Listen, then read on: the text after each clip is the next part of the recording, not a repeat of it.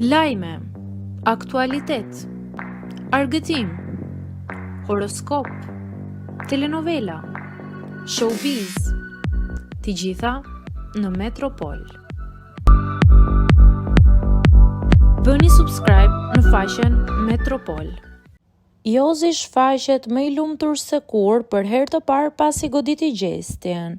Pas incidentit të bujshëm në Big, ku Jozi goditi me shpull Gjestin në momentin e daljes së tij nga shtëpia, duket se ai nuk ka ndërmend të qëndrojë i heshtur.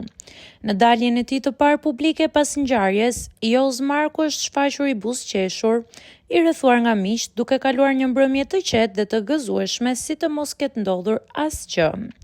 Një video e postuar në rrjetet sociale tregon Jozin teksa këndon i lumtur, ndërsa qesh dhe argëtohet me shoqërinë e tij. Ajo që ka tërhequr vëmendjen e publikut është pikërisht teksti i këngës, i cili duket si një thumbim apo tallje ndaj Gjestit, duke nxitur edhe më shumë reagime në rrjet.